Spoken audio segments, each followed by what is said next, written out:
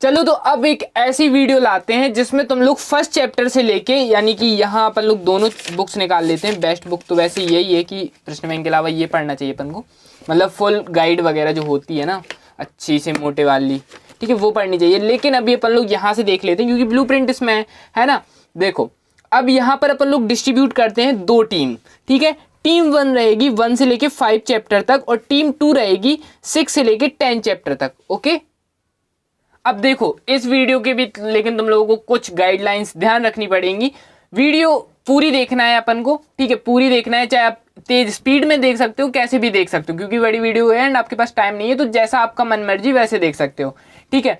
इस वीडियो को देखने के बाद आपको जो यूट्यूब में जो पेपर्स डल रहे हैं है ना, उसमें तो बिल्कुल नहीं पढ़ना। हाँ वो बात अलग है, जैसे अगर टेलीग्राम पर सुबह वायरल होते हैं तो आप ऑब्जेक्टिव देख के जा सकते हो, अगर आता है तो वो सिर्फ सुबह के टाइम पे रखो तुम लोग, ठीक है। अभी तो बिल्कुल माइंड में रखो ही नहीं कि हम लोगों का कुछ पेपर वगैरह कुछ होता है। अगर ये है तो ये वीडियो देखो, क्योंकि अपन लोग पूरा रिवीजन करने वाले हैं इन दो टीम्स को डिस्ट्रीब्यूट करके। ये टीम रहेगी एंड ये टीम। अब इसमें ना तो कोई इजी टीम है ना तो कोई टफ टीम है, ठीक है। अब वो देखो, अब ये देखो ये दोनों टीम हो गई। अब इसमें से एक टीम से एक लॉन्ग क्वेश्चन आने वाला है एंड एक टीम से एक लॉन्ग क्वेश्चन आने वाला है। बाकी ये जो चैप्टर्स कट है ना, ये कटे हुए हैं, ठीक है। अब मतलब चैप्टर नहीं कटे हुए, इसमें जैसे लॉन्ग आंसर का ये नहीं आना है, मतलब 1 चैप्टर से 4 नंबर का क्वेश्चन नहीं आना है, 2 से नहीं आना है, 3 से नहीं आना है। ब्लूप्रिंट के हिसाब से हमें पढ़ना पड़ेगा, ठीक है। अब यहाँ से हमें एक एक क्वेश्चन उठाना है जो कि अपन लोग देख चुके हैं। चैप्टर 8 से अपन लोगों को सबसे पहले तो यहाँ से देख लेंगे, लेकिन अभी मेन समरी बताते हैं। समरी समझना इंपॉर्टेंट है, ठीक है। अगर आप लोगों ने समरी समझ ली तो फिर आप अपनी तैयारी भी कर सकते हो। चैप्टर 8 से आपको क्या करना है कि अभिक्रियाएं करनी है, जितनी ज़्यादा अभिक्रियाएं हो सके, मतलब ये Sandmeyer, Perkin, Reimer Tiemann, Hunsdiecker, Cannizzaro, Williamson, ये जितनी भी अभिक्रियाएं हैं वो सब करनी है।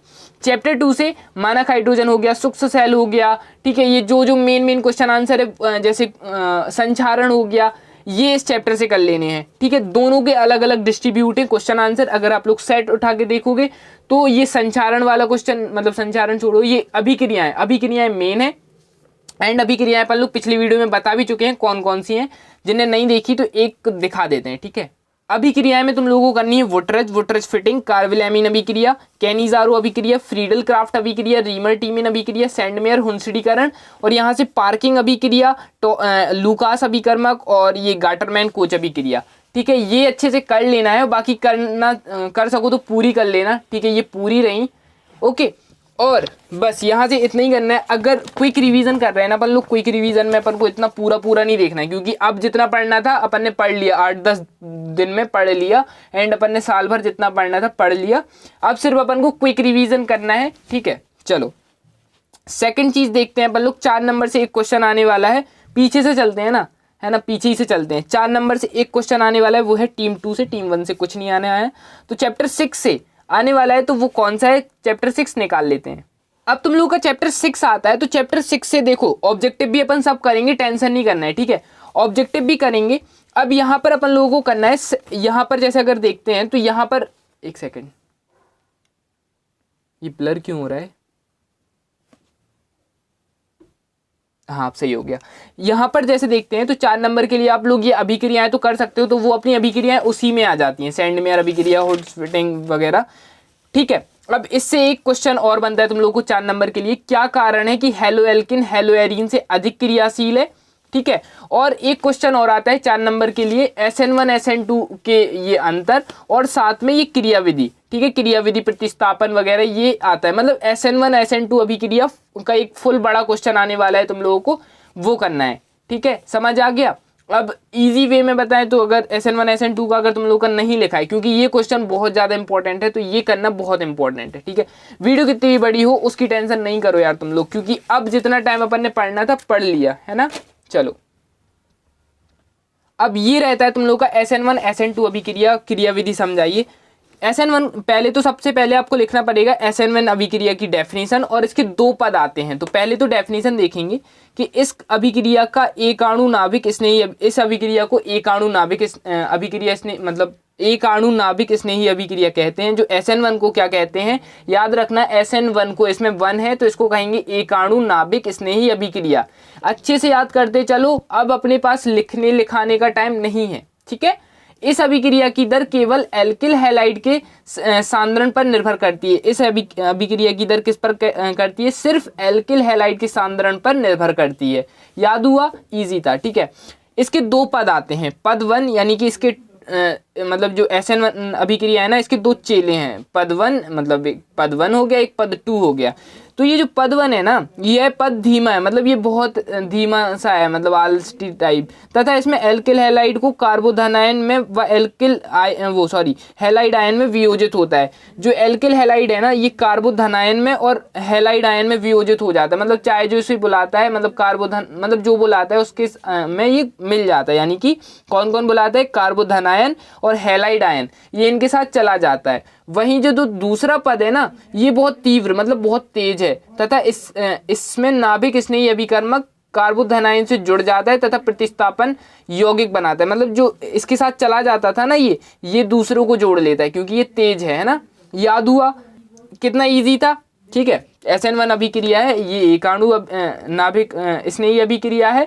इस अभिक्रिया की दल केवल एल्किल हैलाइड की सांद्रण करता है। इसके दो चेले या दो पद हैं, याद करना है। ठीक है, इस पे नहीं जाना कि ऐसे समझा जाता है, ऐसे समझा नहीं जाता, इसका अलग ही तरीका रहता है। ठीक है, यह पद कैसा होता है? धीमा होता है, और ये किसी के साथ भी यानी कि दो लोगों के साथ हरदम चला जाता है। दो ये लोग आते हैं बुलाने के, भाई चलो चल लो, तो ये चल लेता है। ठीक है, तो किस किस के साथ? कार्बोधनायन के साथ और हैलाइड आयन के साथ चला जाता है।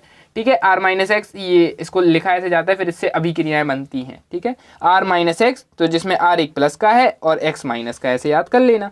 ठीक है, और ये पद जो दूसरा इसका चेला है, ये बहुत तीव्र तेज है, तथा इसमें नाभिक स्नेही अभिकर्मक कार्बोधनायन से जुड़ जाते हैं। मतलब जो और लोग आते हैं ना, इसके साथ जुड़ जाती हैं बातों में, वैसा बहुत तेज तर्राट है। तो इसमें R प्लस है, OH माइनस है, तो R-OH बन जाएगा। अब देखो यार, मैं ऐसे गलत तरीके से पढ़ा नहीं रहा, बस तुम लोग को याद करने की ट्रिक बता रहा हूँ, क्योंकि बच्चों को नहीं हो पाता, अभी नहीं समझ सकते, अपने पास नहीं है ना टाइम इतना। तो ऐसा इजी तरीका रहता है कि तुम लोग पेपर में बैठो और कैसे भी तो याद आए तो अपन लोग लिख सकते हैं कुछ ना कुछ, है ना।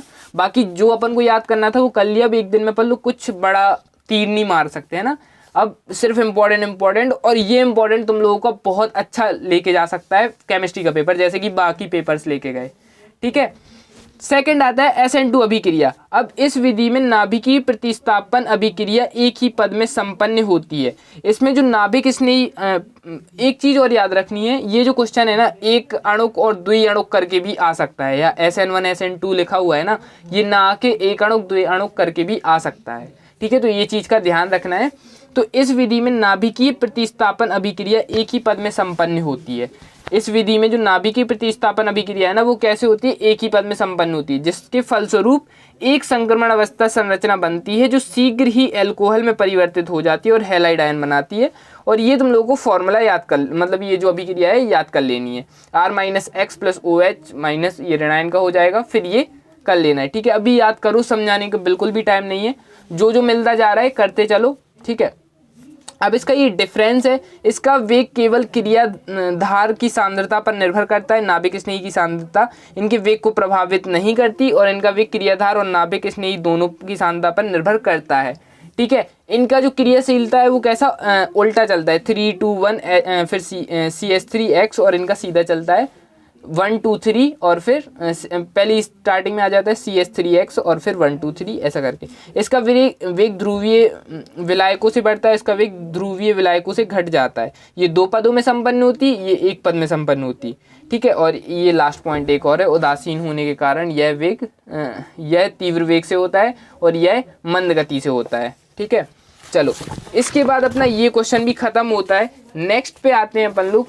ठीक है, अब यहाँ से अपने दो चीज 4 नंबर और 5 नंबर का तो खत्म हो जाता है यहाँ से। ठीक है, वो हेलो एल्किन वाला क्वेश्चन भी बनता है, जहाँ ज़्यादातर अभिक्रियाएं पूछी जाती हैं और ज़्यादा तुम लोगों से उतना डिटेल्ड में नहीं पूछा जाए। देखो फिर यहाँ पर अभिक्रियाएं हैं। ठीक है, आप कोई और भी गाइड उठा सकते हो, या फिर दूसरे फॉर्म में ये क्या आ जाता है कि क्या होता है जब, ऐसे क्वेश्चन भी आ सकते हैं। लेकिन आप जहाँ तक आपने अगर पढ़े हो तो कर सकते हो। बाकी एक और क्वेश्चन बनता है इससे, तो DDT क्या है या 666 क्या है, इसके बनने की कार्यविधि तो बहुत इजी सा है, ये कर लेना। तो बेंजीन में Cl2 के साथ सूर्य प्रकाश की उपस्थिति से क्रिया कराने पर BSC बनता है, इसे 666। गैमेक्सेन या लिगेंड या 1 2 3 4 5 6 हेक्साक्लोरोसाइक्लोहेक्सेन भी कहते हैं। ठीक है, एंड ये इसका डायग्राम है, ठीक है। और यह कृषि के कीटनाशी के रूप में प्रयोग होता है। जो अपनी कृषि होती है ना, उसके कीट को नाश करने के लिए ये यूज़ होता है 666 क्रिया ये विधि, ठीक है। DDT जो विधि होती है इसलिए यूज़ होती है। बस इससे ज़्यादा उतने क्वेश्चन आने नहीं है। और कॉलरास गाइज आप सभी कमेंट कर रहे थे कि भैया कॉलरास तो इस साल नहीं आएगा, तो याद कर लेना। बाकी इंपॉर्टेंट है तो यार अपन रिस्क तो ले नहीं सकते कुछ, तो कर लेना, क्योंकि ये पिछले साल आ गया था ना। तो इस बच्चे बहुत कंफ्यूज हैं कि करें कि नहीं करें, तो कर लेना, है ना। चलो, अब जहाँ तक अपने 5 नंबर के क्वेश्चन और 4 नंबर के क्वेश्चन का डाउट क्लियर ही हो गया होगा कि भैया इससे मानक हाइड्रोजन हो गया, सूक्ष्म सेल हो गया, और कुछ है डेनवनी से ये हो गए, मतलब ये कौन सा था, देखो ये रहे ना 5 नंबर की। संचारण हो गया, मानक हाइड्रोजन, गैल्वेनिक सेल हो गया, सूक्ष्म सेल हो गया, कॉलरास नियम हो गया, एल्डाइड कीटोन में अंतर हो गया, शीघ्र सिरका विधि। बस इतने ही करने तुम लोगों को, ज़्यादा नहीं करने। तो अब अपना यहाँ पर डाउट एक तो क्लियर हो जाता है, ठीक है, ठीक है। यहाँ पर अपना एक डाउट क्लियर हो जाता है, ओके। चलो, कि 5 नंबर और भैया 4 नंबर के क्वेश्चन कंप्लीट करा दिए। अब आते हैं 3 नंबर के क्वेश्चन। तो ये टीम 2 को अभी तुम्हें नहीं देखना है कि इससे जो 3 नंबर का क्वेश्चन आता है वो अभी नहीं देखना है। इन 3 क्वेश्चन से देखना है कि कौन सा आ सकता है 3 नंबर के लिए। देखो, न्यूमेरिकल भी आ सकता है, ठीक है, और नॉर्मल सी डेफिनेशंस भी आ सकती हैं, तो वो देख लेते हैं, ठीक है। अब 3 नंबर की बात हुई है, तो सबसे पहले अपना स्टार्ट होता है कि चैप्टर 1 से ही, मतलब विलियन से भी पहला क्वेश्चन आना है चैप्टर 1 से 3 नंबर का। अब 3 नंबर की बात आती है ना, तो डायरेक्ट माइंड में आता है राउल्ट का नियम, है ना। राउल्ट का नियम आता है, मतलब कोचिंग्स में हमें बताया गया, स्कूल में बताया गया कि राउल्ट का नियम। अब लेकिन बच्चों को कठिन लगता है, क्योंकि ये जो गाइड वगैरह में लैंग्वेज रहती है राउल्ट के नियम की, मतलब कठिन रहती है ना। तो इसे ईजी में कैसे कर सकते हैं। अब तुम लोग इसे ऐसे नहीं कहना कि भैया ऐसे समझा रहे हो, ऐसे मत समझाओ। तो जैसे मतलब ईजी से ईजी वे में जो तुम लोगों को समझ आ जाए, तुम लोगों की लैंग्वेज में कोशिश करेंगे कि वैसे समझाएं, ठीक है। मतलब टीचर्स की लैंग्वेज नहीं होगी, वो तुम लोगों की लैंग्वेज होगी कि ऐसे में तुम्हें समझ आ जाना चाहिए, ठीक है। राउल्ट का नियम, इस नियम का प्रतिपादन कब हुआ था? 1886 में फ्रेंच वैज्ञानिक फ्रेंडोज मैरी राउल्ट ने किया था। अगर तुम लोगों को पूरा नाम याद नहीं आ रहा है तो राउल्ट का नियम बस वो फ्रेंच वैज्ञानिक राउल्ट ने किया था, इतना लिख सकते हो। अगर मतलब टीचर के इंप्रेशन में अगर तुमने ये लिख दिया ना, टीचर इंप्रेस, मतलब पहली नज़र में हो जाएगा, ठीक है। उसके बाद तुम लोगों ने कथन डाल दिया, मतलब अलग लेवल पे। देखो यार, टीचर के साथ तुम खेलना सीखो। मतलब टीचर जो होता है ना, उसे मत पढ़ने दो आंसर तुम्हारा, तुम टीचर को पढ़ाओ, वो होता है मेन। मतलब अगर तुमने ये पूरा पेज लिखा, ठीक है, अब ये जो तुम्हारा पूरा पेज है, तुम्हारी नज़र सबसे पहले कहाँ जाएगी? ये अंडरलाइन की राउल्ट का नियम, हाँ यार बच्चे ने लिखा है 1886 ऐसा कुछ लिखा है, वो पूरा थोड़ी ना पड़ेगा, कथन पे जाएगी। फिर उसके बाद तुम्हारी नज़र जाएगी डायरेक्ट के एक्से पे, क्योंकि इसे थोड़ा सा डार्क हुआ है, चाहे वो इधर पे कट लगा होता तो यहीं पर नज़र जाती टीचर की। इसके बाद टीचर की नज़र कहाँ जाएगी? कहीं पे नहीं जाएगी। पूरे पेज में कहाँ जाएगी उसकी? यहाँ पर जाएगी, यहाँ पर जाएगी, यहाँ पर जाएगी। अब जो हम पढ़ाना चाह रहे हैं टीचर वही पढ़ेगा। और अगर ये चीज़ सीख गए ना तुम लोग, तो टीचर के साथ खेलने आ जाओगे। क्योंकि देखो 50 कॉपी खराब राइटिंग की आ रही है, उसमें आपकी सुंदर राइटिंग बढ़िया से गलत भी, थोड़ी बहुत गलत भी लिखे हो तो चल जाएगा यार। मतलब होता है बोर्ड, पता इजीएस्ट एग्जाम माना जाता है। अगर आप ऑल ओवर देखो ना, बोर्ड सबसे इजी एग्जाम होता है, ठीक है। चलो, इसके बाद देखते हैं कथन। कथन में क्या आता है कि किसी निश्चित ताप, किसी आवासशील विलयुक्त विलयन का वाष्प दाब, उसमें उपस्थित विलायक के मूल प्रभाज आपेक्षिक के समानुपाती होता है। तो इसे रट लेना। कथन को अपन लोग ऐसे याद नहीं कर सकते, तो इसे रट लेना। और इसका ये रटना कि P बराबर PA और ये प्रपोर्शनल X से, ठीक है। P बराबर PA प्रपोर्शनल X से, तो PA बराबर ये प्रपोर्शनल अगर अपन लोग हटाएंगे तो ऐसा आ जाएगा KX से, ठीक है। P बराबर क्या आ जाएगा? KXA, ठीक है। अब यहाँ पर जो K है ना, इसे अपन लोग मानते हैं नियतांक, ठीक है। स्थिरांक नहीं मानेंगे, क्योंकि स्थिरांक होता है अपनी फिजिक्स में। शुद्ध विलायक के लिए X से, जो अपना X से है ना, इसको मान लेंगे 1, ठीक है। क्या मान लेंगे? 1। अब ये जो P है ना, PA है, तो इसको अपन लोग माने, अगर PA को P डिग्री A लिख सकते हैं, बिल्कुल लिख सकते हैं, ठीक है। तो समीकरण 1 से, समीकरण 1 ये है ना, तो समीकरण 1 से P डिग्री A बराबर, अब 1 को क्या माना था अपन ने? XA को माना था 1, और ये हो जाएगा K, मतलब P डिग्री A बराबर K, क्योंकि यहाँ पर देख सकते हो XA है ना, तो यहाँ पर XA क्या माना था? 1, ठीक है। चलो, उसके बाद तो समीकरण 1 में मान रखने पर PA बराबर P डिग्री A, और इसकी जगह P डिग्री A की जगह फिर क्या आ जाएगा? XA, ठीक है। अब तुम लोगों को समझ नहीं आ रहा होगा है ना उतना अच्छे से। देखो p a as it is रखना। के की वैल्यू क्या है, के की वैल्यू है हमारी पी डिग्री है, तो यहाँ पर लिख दिया पी डिग्री है। उसके बाद आता है अपना x a as it is रखा अपन ने, ठीक है। के की जगह ही तो बदला है, के की जगह अपन ने क्या लिख दिया पी डिग्री है, और एक्स ए की जगह रहेगा, ठीक है। इसके बाद तुम लोग लिखोगे यदि विलयन में उपस्थित विलेय का मूल प्रभाज एक्स बी, अभी चल रहा था एक्स ए पे बात, अब एक्स बी हो तो एक्स ए प्लस एक्स बी बराबर 1, तो एक्स ए बराबर 1 माइनस एक्स बी। अब यहाँ पर आ जाती है हमारी, फिल्म में आता है ट्विस्ट, यहाँ पर आ जाती है हमारी एक्स ए की वैल्यू, ठीक है। एक्स ए की वैल्यू हमारी निकल के आ गई है, थोड़ी और हाईलाइट कर देते हैं इसे अपन, ठीक है। एक्स ए की वैल्यू क्या आ गई हमारी 1 माइनस एक्स बी, ठीक है। इसके बाद एक्स ए का जो मान है ना, एक्स ए का मान अपन लोग समीकरण 2 में रखेंगे, तो जो एक्स ए का मान समीकरण 2 में रखेंगे, हमारा समीकरण 2 क्या था वो भी देख लेते हैं, ठीक है। समीकरण 2 ये रहा अपना, पी ए बराबर पी डिग्री ए एक्स ए, ठीक है। चलो ये देख लिया अपन ने। अब पी ए बराबर पी डिग्री ए, एक्स ए की जगह अपन लोग क्या रखेंगे, एक्स ए की वैल्यू रखेंगे 1 माइनस एक्स बी, ठीक है। तो ये जब अपन लोग इसे सॉल्व काटा कुट्टी फिट्टी करेंगे तो ये हमारी एक्स वी की वैल्यू आ जाएगी, ठीक है। यहां पर आपको मिल जाते हैं 4 नंबर, या सॉरी 3 नंबर कंप्लीट डिट्टो। अगर ये क्वेश्चन आ गया ना तो 3 नंबर कंफर्म है तुम लोगों के, ठीक है। चलो इसके बाद फिर हम लोग अपने उस पर चलते हैं कि और क्या है इसमें इंपॉर्टेंट, तो पेज पलटा पलटा के देख लेंगे, ठीक है, तुम लोग का भी डाउट क्लियर हो जाए। अब यहाँ पर तुम लोग का एक और महत्वपूर्ण क्वेश्चन आता है, आदर्श विलयन और अनादर्श विलयन। सर जी ये तो बहुत सरल है, मतलब ये तो हमें अच्छे से रट्टा हुआ है बिल्कुल, ऐसा कुछ बच्चों को नहीं पता है तो उनको भी देख लेते हैं, ठीक है। चलो ये रहा अपना, ये रहा आदर्श और अनादर्श विलयन। अब तुम लोगों को ये सब पॉइंट रटने की जरूरत नहीं है, तुम्हें ये बस पता करना है कि आदर्श विलयन है ना जो, ये राउल्ट के नियम का पालन करता है, ठीक है। इस एक चीज बस इसने की अपनी लाइफ में कि राउल्ट का नियम बस पालन करता, फिर इसने अपनी लाइफ में कुछ भी नहीं किया, मतलब ये सिर्फ राउल्ट के नियम का, इसके जो बॉस है ना राउल्ट का नियम, वो बस उसका पालन करता है। और अनादर्श विलयन अनादर करता है राउल्ट के नियम का, यानी कि पालन नहीं करता है। अब इसके बाद ये सब चीज़ें नहीं करता और ये सब चीज़ें करता है, यानी कि इनके बनने पर आयतन के मान में परिवर्तन नहीं होता है। इनके जो जब ये बनते हैं ना तो इनके आयतन होता है ना जो, उनके मान में परिवर्तन नहीं होता, और इनके बनने पर आयतन के मान में परिवर्तन होता है, ठीक है। डेल्टा वी बराबर 0, डेल्टा वी बराबर नॉट इक्वल टू 0। और यहाँ पर विलेय और विलायक को मिलाने पर ऊष्मीय परिवर्तन नहीं होता, फिर नहीं होगा ये। और विलेय और विलायक को मिलाने पर ऊष्मा का परिवर्तन होता है। इनके एंथैल्पी परिवर्तन नहीं होता, डेल्टा एच बराबर 0, इनके एंथैल्पी परिवर्तन होता है, डेल्टा एच बराबर नॉट इक्वल्स टू 0। तो बस तुम्हें ये याद रखना है कि ये आदर्श विलयन आदर करता है, राउल्ट के नियम का पालन करता है, अनादर्श विलयन अनादर करता है, राउल्ट के नियम का पालन नहीं करता। बाकी ये आयतन के मान में परिवर्तन इसमें नहीं होता, विलेय विलायक को ऊष्मीय परिवर्तन नहीं होता, एंथैल्पी परिवर्तन नहीं होता, बाकी ये सब होता है इसमें, ठीक है।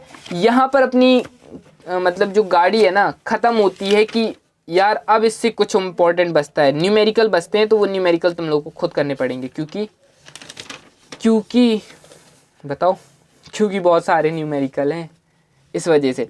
अब आता है अपना चैप्टर 3, ठीक है, यानी कि अब अपने 3 नंबर के क्वेश्चन कहाँ से आते हैं, अब यहाँ पर जो चैप्टर 2 है, यानी कि अकॉर्डिंग टू प्रश्न बैंक, अब चैप्टर 1 तो अलग ही था वो ठोस वोस करके, तो अब आता है चैप्टर 3। चैप्टर 3 हमारा कौन सा है, चैप्टर 3 हमारा रासायनिक बल गति, ठीक है। यहाँ से अपना 3 नंबर का एक क्वेश्चन आना है और डी एंड एफ ब्लॉक से भी एक क्वेश्चन आना है, तो चल लेते हैं, ठीक है। चलो अब आता है रासायनिक बल गति। अब ये चैप्टर ना डिफरेंस के लिए बहुत फेमस है, यानी कि अंतर के लिए बहुत ही ज़्यादा फेमस है। तुम लोग टेंशन नहीं करो, ऑब्जेक्टिव भी अपन लोग करेंगे, दिक्कत नहीं करना है तुम लोगों को, ठीक है। अब ये यहाँ से तुम लोगों को ना 3 नंबर के लिए तुम्हें देखना पड़ेगा संक्रियण ऊर्जा और दहली ऊर्जा में अंतर देख लेना है तुम्हें, ठीक है। अब ये यहाँ पर स्क्रीनशॉट मार सकते हो, बाकी ये लो और अच्छे से क्लियर हो जाएगा, ठीक है। एंड इसके बाद महा इम्पॉर्टेंट, मतलब एक बार महा इम्पॉर्टेंट कह सकते हैं, वेग नियम और द्रव्य अनुपाती नियम में अंतर। ये स्क्रीनशॉट ले सकते हो तुम लोग, इजी डेफिनेशन है, मतलब इजी तो नहीं कह सकते लेकिन गूगल में तुम लोग को इजी मिल जाएगी, ठीक है। इसके बाद अब आते हैं महा इम्पॉर्टेंट क्वेश्चन, अणुसंख्यता और अभिक्रिया की कोटि। नॉर्मल डेफिनेशन भी आ जाती है, अणुसंख्यता क्या है, अभिक्रिया की कोटि क्या है, 3 नंबर के लिए बहुत इंपॉर्टेंट है। प्रथम कोटि रिगार्डिंग आपको डायरेक्ट न्यूमेरिकल भी आ सकता है, ठीक है। प्रथम कोटि रिगार्डिंग न्यूमेरिकल आ सकता है, बहुत बहुत ज़्यादा चांसेस हैं। और इसके बाद ये अभिक्रिया की दर और दर स्थिरांक, मतलब इसको तो इम्पोर्टेंट की रेखा के उच्चतम श्रेणी पे रख सकते हैं हम लोग, क्योंकि ये बहुत ज़्यादा इंपॉर्टेंट है। ठीक है, कुछ कुछ पॉइंट याद रख सकते हो, जैसे ये मोल लीटर, मतलब याद ना हो तो कर लेना। ठीक है, इसका मान अभिकारकों की प्रारंभिक सांद्रता पर निर्भर करता है, इसका मान अभिकारकों की प्रारंभिक सांद्रता पर निर्भर नहीं करता। अभिक्रिया की दर मात्रक मोल लीटर या टाइम होता है, इसका होता है ना, मतलब दर स्थिरांक का मात्रक अभिक्रिया की कोटि बदलने पर बदल जाता है, मतलब ये सबके में बदल जाता है। अभिक्रिया की सफलता के साथ अभिक्रिया की दर घटती है, जब इसकी सफलता होती है ना तो अभिक्रिया की दर घटती है, और अभिक्रिया की सफलता निर्भर नहीं करती। ठीक है, ईजी था, याद कर लोगे, क्योंकि ये इसलिए नहीं बता रहे क्योंकि ये तुम लोग अलग लिखे होंगे कॉपी में, तो मैं नहीं चाहता कि तुम लोग अलग डेफिनेशन याद करो, क्योंकि ये जो हमारी डेफिनेशन लिखी हुई है ये भी थोड़ा टफ है कॉपी में, तो तुम लोग की शायद ईजी हो सकती है, मुझे ऐसा लगता है, तो ईजी वाली कर लेना। ठीक है, इसके बाद आते हैं चैप्टर नंबर 4 पे, यानी कि डी एंड एफ ब्लॉक। तो यहाँ से तुम लोगों को तो पता ही होगा कि कौन सा क्वेश्चन इंपॉर्टेंट है ये डी एंड एफ ब्लॉक से। लेंथनाइट संकुचन क्या है, इसके लेंथनाइट संकुचन क्या है, और इसका आता है कि एक और क्वेश्चन इसके प्रयोग घुसेड़ देते हैं इसमें कि लेंथनाइट संकुचन के परिणाम बताओ, कारण बताओ। काफ़ी लंबा क्वेश्चन हो जाता है। ठीक है, काफ़ी लंबा क्वेश्चन हो जाता है, तो कर सकते, 3 कारण होते हैं ना। ये पूरा इतना हो गया। लेंथनाइट संकुचन क्या है कि लेंथनाइट तत्वों के परमाणु क्रमांक बढ़ने के साथ साथ उनकी त्रिज्याएं और आयन, मतलब परमाणु त्रिज्याएं, आयनिक त्रिज्याएं छोटी होती जाती है, अर्थात संकुचित होती जाती हैं। इस गुण को लेंथनाइट संकुचन गुण कहते हैं। कारण ये रहा लेंथनाइट संकुचन के परिणाम, तो ये परिणाम रहे, 3 परिणाम है, खत्म। उसके बाद तुम लोगों को करना है लेंथनाइट व एंथनाइट में अंतर। इजी लिखा होगा, अगर नहीं लिखा है तो फिर हम अपना वाला बताते हैं। मुझे नहीं पता कि ये तुम लोगों को इजी लगेगा या कठिन लगेगा, बाकी बता देते हैं। जो विभेदीकरण या इसका अंतिम इलेक्ट्रॉन है ना, वो n-2 या कक्षा के 4f उपकोष में प्रवेश करता है। जो इसका अंतिम इलेक्ट्रॉन होता है ना, वो n-2 कक्षा के 4f उपकोष में क्या होगा, प्रवेश करता है। और इसका मतलब एंथेनाइट का अंतिम इलेक्ट्रॉन n-2 5f उपकोष में प्रवेश करता है। ठीक है, ये तत्व लेंथेनम के बाद आते हैं इसलिए इन्हें लेंथेनाइट कहते हैं, और ये तत्व एक्टिनम के बाद आते हैं इसलिए एक्टिनाइट कहते हैं। इसकी सामान्य ऑक्सीकरण अवस्था +3 है, ये +2 +4 के अवस्थाएं में प्रदर्शित करती हैं, और एंटेनाइट की सामान्य ऑक्सीकरण अवस्था +3 है, किंतु ये अन्य उच्चतर ऑक्सीकरण अवस्थाएं जैसे +4 +5 +6 +7 भी प्रदर्शित कर सकती हैं। ठीक है, यहाँ पर अब तुम लोगों का क्वेश्चन होता है ये खत्म। ठीक है, अब नेक्स्ट क्वेश्चन इससे बन सकता है कि लेंथनाइट संकुचन किसे कहते हैं, इसके कारण परिणाम लिखिए, जो कि अभी बता चुके हैं आप सभी को। ठीक है, अगर नहीं किया है तो ये कर सकते हो, स्क्रीनशॉट ले सकते हो, थोड़ा और जूम ऑफ कर सकते हैं, तो इतना स्क्रीनशॉट, ये पूरा आंसर इतना है। ठीक है, ले सकते हो, बाकी पढ़ लेना बाकी। बस अब तुम लोगों की ये टीम का वर्क यहीं पर खत्म हुआ, यानी कि अभी तक अपन लोगों ने क्या क्या चीज़ कंप्लीट कर ली। लॉन्ग आंसर का ये चैप्टर 2 भी अपन को पता चल गया कि क्या क्या इंपॉर्टेंट, मानक इलेक्ट्रोड हो गया, सूक्ष्म सेल हो गया, गैल्वेनिक सेल हो गया। ठीक है, इससे ज़्यादा इससे संचारण हो गया, बस इससे ज़्यादा इसमें आने की कोई भी चांसेस वगैरह नहीं है अकॉर्डिंग टू अभी क्विक रिवीजन में। ठीक है, चैप्टर 8 से अभिक्रियाएं हो गई, हेलो एल्केन हेलो एरीन से अधिक क्रियाशील क्यों है, क्या होता है जब, कर सकते हो। ठीक है, मेन अभिक्रियाएं कर लेना।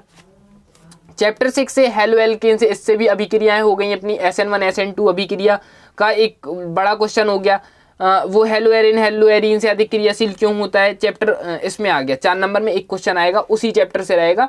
ठीक है, SN1 SN2 तो अच्छे से कर ही लेना, एक अणुक और 2 अणुक वाला। ठीक है, और बाकी DDT वगैरह कर लेना इससे। ठीक है, अब तुम लोगों का इसमें आ जाते हैं। अभी अपन लोगों ने जो टीम 1 है ना, टीम 1 के 3 नंबर का निपटाया है। टीम 2 से जो 7 नंबर इसमें से देख लेते हैं, 3 नंबर का आपको कौन सा है, जो एल्कोहल फिनॉल ईथर है ना, इससे भी एक एल्कोहल और फिनॉल का एक क्वेश्चन बनता है। 3 नंबर में काफ़ी ज़्यादा चांसेस है कि वो बन सकता है। ठीक है, ये रहा। इससे भी यार गाइज, ये रीमर टीमिन अभिक्रिया, कॉलवे अभिक्रिया, विलियमसन अभिक्रिया, ये अभिक्रियाएं अगर तुम लोगों ने कर ली ना तो बहुत फायदा होने वाला है। एल्कोहल फिनॉल का क्वेश्चन हो गया। ठीक है, लूकास अभिकर्मक हो गया। ठीक है, और प्राथमिक, द्वितीयक एवं तृतीयक ऑक्सीकरण विभेदीकरण विधि का वर्णन कीजिए, ये हो गया। बस इससे ज़्यादा कुछ नहीं, अगर मेरी मानो तो तुम लोग कर लेना। लुकास अभिकर्मक, ठीक है, लुकास अभिकर्मक हो गया, एल्कोहल फिनॉल में अंतर हो गया, और और एक ये कर लेना 2,4,6 ट्राई नाइट्रोफिनॉल, ये कर सकते हो तुम लोग, ठीक है। और उसके बाद ये अभिक्रियाएं तो तुम लोग अच्छे से करके ही रखना, और ये तो कर ही लिया होगा अल्कोहल और फिनॉल में अंतर। तो बस ये हो गए अपने यहाँ तक, और एक वीडियो और आएगी, शायद तक 2 वीडियो आएंगी जो चैप्टर 2 नंबर के क्वेश्चन कवर करेंगी, और सारे ऑब्जेक्टिव हमने सब टिक कर लिए, इससे ऊपर तो जहाँ तक जाएंगे नहीं, क्योंकि बुक से गाइड से तुम लोगों के सब क्वेश्चन बैंक से टिक करके रखे हैं, तो कर लेना, ठीक है। यहाँ तक अपन ने पूरा पार्ट कंप्लीट कर लिया, बस इतना सा पार्ट और बचा है। तो सपोज ये वीडियो तुम लोगों ने मतलब कंप्लीटली देख ली होगी, तो thank you so much for watching, और व्लॉग चैनल को जरूर सब्सक्राइब कर लेना, लिंक डिस्क्रिप्शन में है। Thank you, bye.